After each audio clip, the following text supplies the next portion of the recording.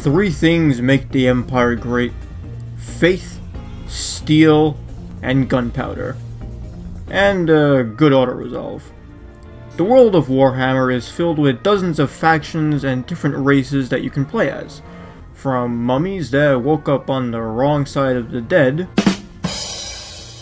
to the most aggressive tree huggers you'll ever encounter in your life. So naturally, we choose the most exciting faction you can possibly play as: the Empire. And more specifically, humans. The Empire's campaign starts with a civil war in your home province, with rebels occupying 3 out of the 4 settlements. So we decide to march over to the first rebel army we see, led by Helmet, and try a little bit of aggressive diplomacy, using our Imperial mortars and a few flanks to make sure we secure our first ever quick win in this campaign. This opens up the city of Grunberg, and with a garrison even smaller than the rebel army, we liberate our first city in reuniting the Empire.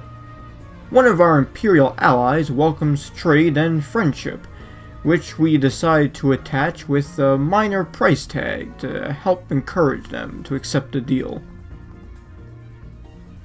But the problem is that all that money we get from 2 of our Imperial allies goes straight into securing a trade deal with the nearby Ice Kingdom and hiring good old Gregor here.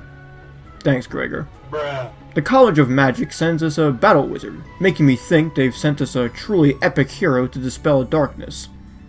But they actually just sent us the goth kid that no one wants to talk to. Somehow, the Empire gets involved in a tax bamboozling scheme between 2 Imperial counts before we siege the next Imperial city that's being held by rebels in the core. This time, the goth kid really comes out to the field in full gear with this LARP, and we fire on some already surrendering troops to score another victory. Some more casual extortion of my allies nets me over 1,000 gold, and the counts in the Empire somehow get into more mischief, this time adultery. The final battle in our Imperial core goes incredibly well, and now our capital region is completely under the Emperor's control. That is, until I look upwards to the north and notice the furry beast patrol just sort of hanging out. They head down and charge to our newly gained city, and then they just decide to stand there, menacingly. Clearly lost on their way to the Outback Steakhouse, my Imperial armies move into position to where they're standing, and get ready to step in and give them some directions. Our reinforcements need some time to get to the battlefield, so we do what any great tactician would do. Wait.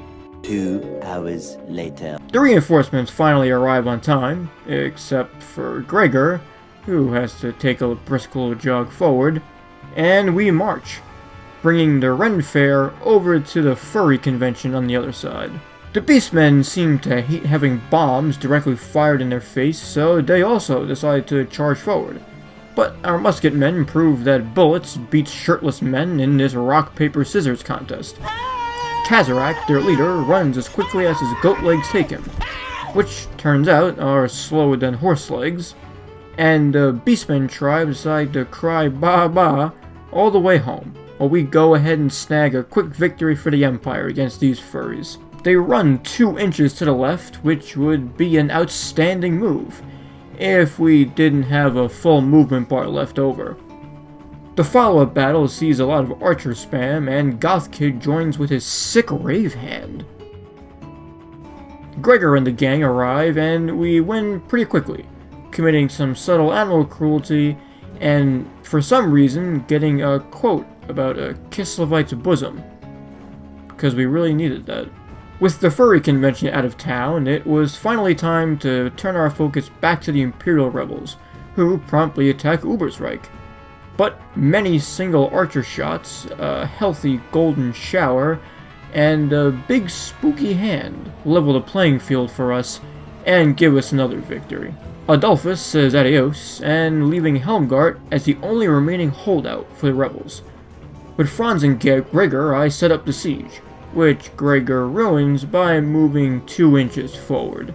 After a whopping 31-minute siege, filled with misfired mortars, crowded walls atop the castle, and Franz and Gregor deciding to take a joyride of the fort, we secure a very well-earned Pyrrhic victory, and with that, our first enemy of the campaign is defeated. Goodbye, rebels. A group of sentient rats called the Skaven attack Averland, led by Shank's Cackle, so we decide to go ahead and hire some exterminators to deal with the problem, stopping the release of Ratatouille 2. Our authority is absolute, more Imperial allies let us borrow their money, and our armies see even larger recruitment numbers. In fact, we start a quest battle against some very angry men. Turns out boiling rage doesn't hold up to 360 archers firing at you, and a well-placed cavalry charge breaks their battle line. With one final swing, we win the quest battle with what the game considers a close victory. Our victory was impressive enough for an electorate count to want to confederate and join us, and some more subtle extortion expands our treasury. We declare war on our local resident vampires, and with a little friendly fire, our new castle gives us access to iron ore, making our armies even stronger. Our economy is doing alright, and our authority and prestige could be better, but it's not like things can get bad, right? Well, you see, while I've been dealing with rebels in the south, Festival Festus had been making a name for himself in the north, racking up plagues and settlements this whole time. The spread of Nurgle corruption, whatever that is, means my armies have to slowly inch forward, until I go ahead and meet Darkside Shrek in the, flesh. With two armies filled with bugs, slugs, and everything else a toddler tries to eat on a daily basis, I'd rather not fight good old Papa Nurgle by myself. And I don't. Score 1 for the AI. The win gives our armies the sniffles, but recolonizing a nearby imperial city makes up for it. Valuing social distancing, our archers and mortars pelt down the Fecundites in a siege, affording us a win with 0 losses. I mean, even this guy can't believe it. The game breaks a fourth wall to remind me I'm a law student, and another Imperial ally liberates a settlement, while Stirland, another one, offers us money. But being too poor to colonize the broken city, we bring Hochland back instead, and immediately take all of their gold as a finder's fee. We battle evil Pumbaa near Hochland, where he has plenty of worries.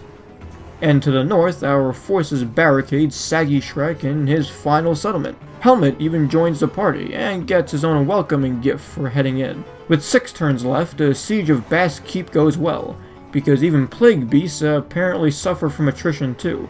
The Imperial Golden Order offers to confederate with us, which we gladly accept, giving us the Man of Steel, and putting us one step closer to completely uniting the Empire across all their provinces. Hochland really decides to take their title as Fantasy Poland, as barely 5 years after existing, they themselves get raided by some very angry shirtless men. So, to help alleviate Hochland, we hire some mercenaries, and end all chances of a PETA sponsorship, while also demonstrating the power of grenades against shirtless men. Can't imagine that's doing too well for them. We save Hochland from the terrors of good old Bertrand, and with Floppy Shrek's forces at half health or less to the north, the time has finally come to attack their final settlement.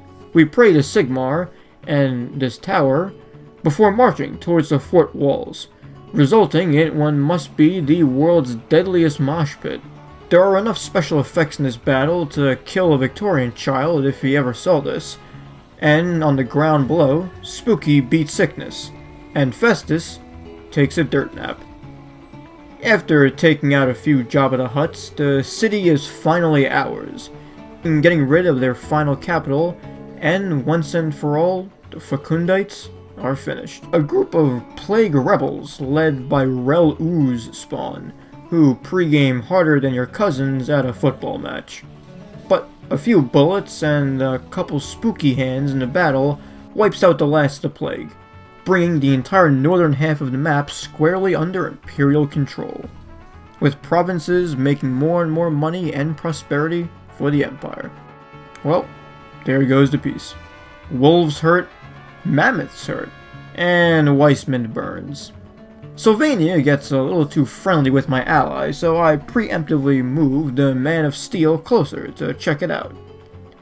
Which turns out to be a great idea, as Superpower Vlad declares war and takes a brisk little jog through the dead forest to say hello to Balthazar. This battle feels like it could be evenly matched, if you ignore the level difference between the villains, and while our mortars satisfy the gunpowder part of the Imperial motto, while Balthazar brings the steel, the sheer terror of fighting an immortal vampire makes our army bolt faster than a bunch of suburban moms on Black Friday. Our losses don't end up actually being that bad, so we try for round 2.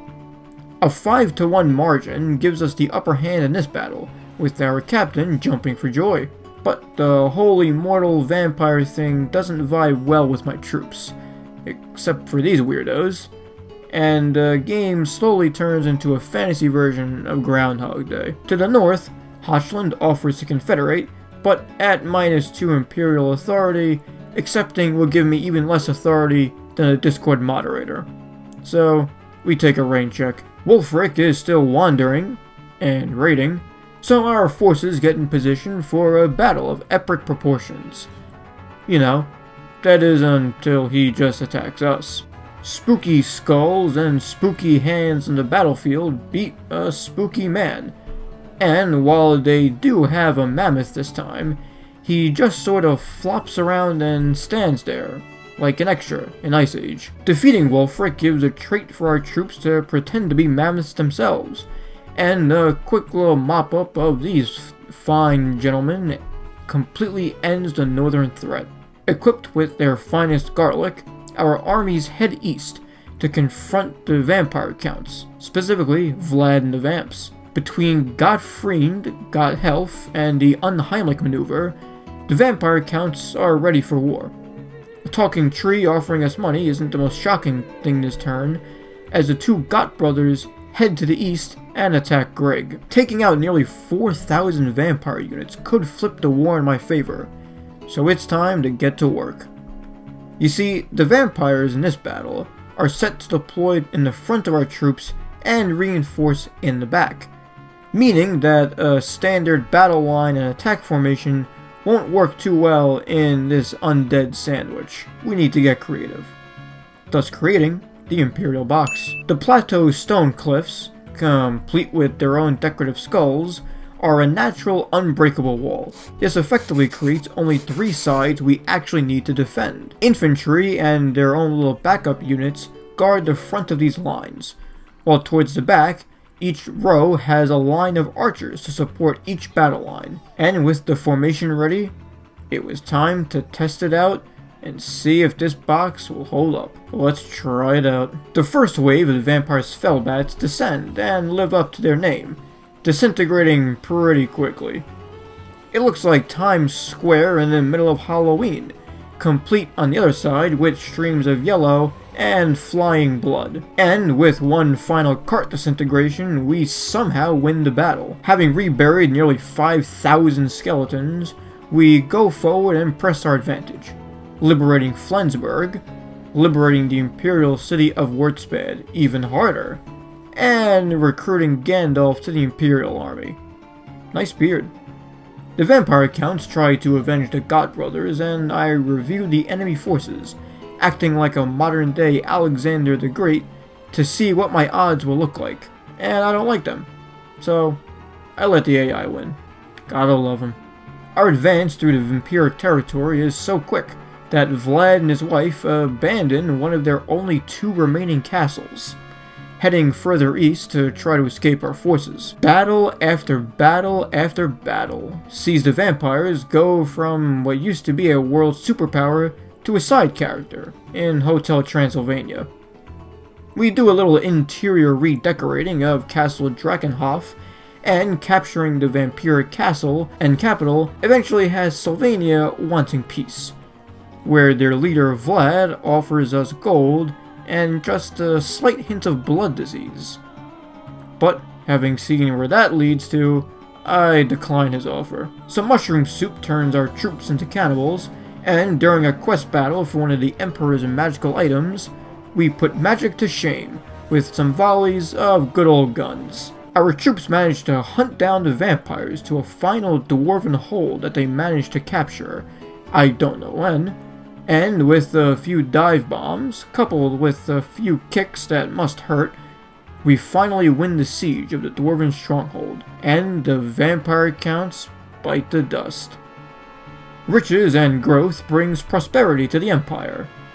That is, until the tree people attack. In fact, they attack twice. What are the odds? And these are some tough trees. I mean, holy shit.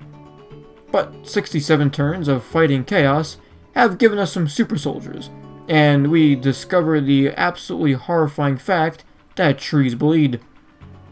The upside of this tree war is that we get to test out our new Bling-mobile that we recruited only a few turns prior, acting as the Empire's own parks department.